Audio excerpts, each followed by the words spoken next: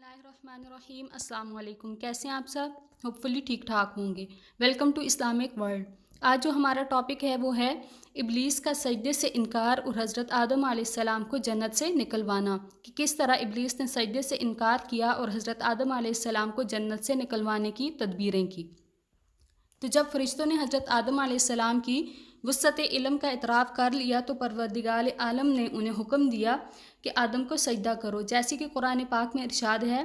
और जब हमने हुक्म दिया फरिश्तों को कि सजदा करो आदम को, तो सब ने सजदा किया सिवाय इब्लीस के।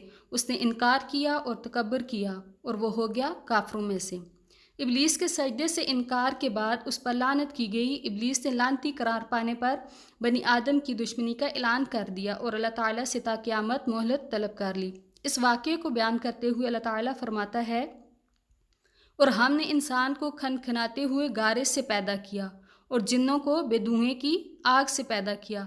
और जब तुम्हारे परवरदिगार ने फरिश्तों से फरमाया कि मैं खनखनाते हुए गारे से एक बशर बनाने वाला हूँ, और जब मैं उसको दुरुस्त कर लूँ और उसमें अपनी रूह फूंक दूँ तो तुम उसके आगे सजदे में गिर पड़ना।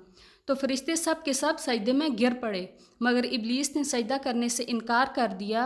अल्लाह ताला ने फरमाया कि ए इब्लीस, तुझे क्या हुआ कि तू सजदा करने वालों में शामिल नहीं हुआ?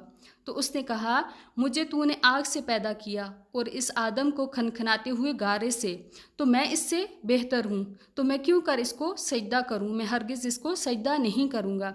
इब्लीस ने तकब्बर किया और वो काफिरों में शामिल हो गया। अल्लाह ताला ने फरमाया, यहाँ से निकल जा, तू मरदूद है और तुझ पर क़यामत के दिन तक लानत बरसती रहेगी। इब्लीस ने कहा, परवरदिगार मुझे क़यामत के दिन तक मोहलत दे दे। तो अल्लाह ताला ने फरमाया, जा, तुझे मोहलत दी जाती है वक्त मुकर्ररा तक। और फिर उसके बाद अल्लाह ताला ने हज़रत आदम और हवा को हुक्म दिया कि ए आदम, रहो तुम और तुम्हारी बीवी इस जन्नत में और खाओ पियो जहाँ से तुम चाहो, और ना तुम जाना करीब उस दरख्त के, वरना हो जाओगे तुम जालिमों में से।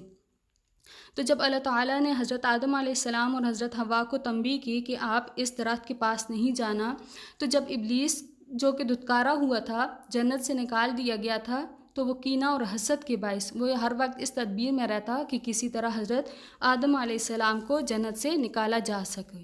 तो इस मकसद के लिए सबसे पहले उसने ताऊस यानी मोर से दोस्ती की कि मेरी दोस्ती के हक़ तेरे ऊपर ज़्यादा हैं और हम एक मकान में रहते हैं, तो तू ऐसा कर कि मुझे अपने बाजू पर बिठाकर दहशत में पहुंचा दे, ताकि मैं अपने दुश्मन से बदला ले सकूं। तो ताऊस ने इस बात से इनकार किया और कहा कि जा, ये बात तू सांप से कह। शैतान सांप के पास गया और उसको अपने फरेब में लेकर आया। तब सांप उसको मुंह में लेकर दहशत में ले गया। फिर इब्लीस हज़रत आदम और हवा के पास गया और रोना शुरू कर दिया। हज़रत आदम और हवा ने पूछा कि तू क्यों रोता है, क्योंकि उन्होंने शैतान को नहीं पहचाना। तब शैतान ने कहा, मैं तुमको नसीहत करता हूँ कि मुझको तुम्हारे हाल पर रोना आता है और तुम इस बहशत से निकाले जाओगे, और ये बहशत की नेमतें तुमसे छीन ली जाएंगी और लज्जत हयात से तुम मौत का जायका चखोगे, यानी तुमको मौत आएगी। इन दोनों को इस बात के सुनने से बहुत ज़्यादा गम हुआ। तो इब्लीस ने कहा, अगर तुम मेरा कहना मानो तो मैं तुमको एक दरख्त बताऊं, अगर थोड़ा सा मेवा तुम उसका खाओ तो तुम हमेशा ज़िंदा रहोगे और कभी तुम्हें मौत नहीं आएगी। तो हज़रत आदम अलैहिस्सलाम ने पूछा कि वो कौन सा दरख्त है?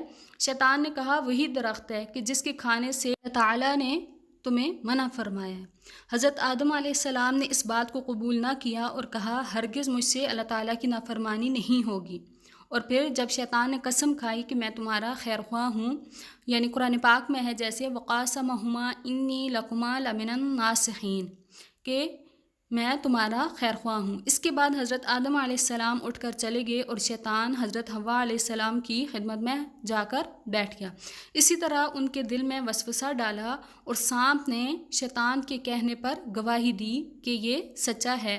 हज़रत हवा ने हज़रत आदम अलैहिस्सलाम से अर्ज़ किया कि सांप तो खादम है बहशत का, तो वो क्यों कर झूठ बोलेगा, और वो भी इस शास के हक़ में गवाही देता है।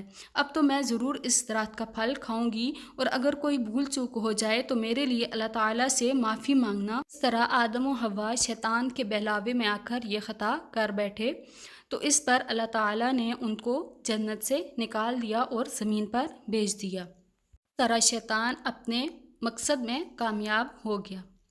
तो आज की वीडियो के लिए इतना ही। दुआओं में याद रखिएगा। अल्लाह हाफ़िज़।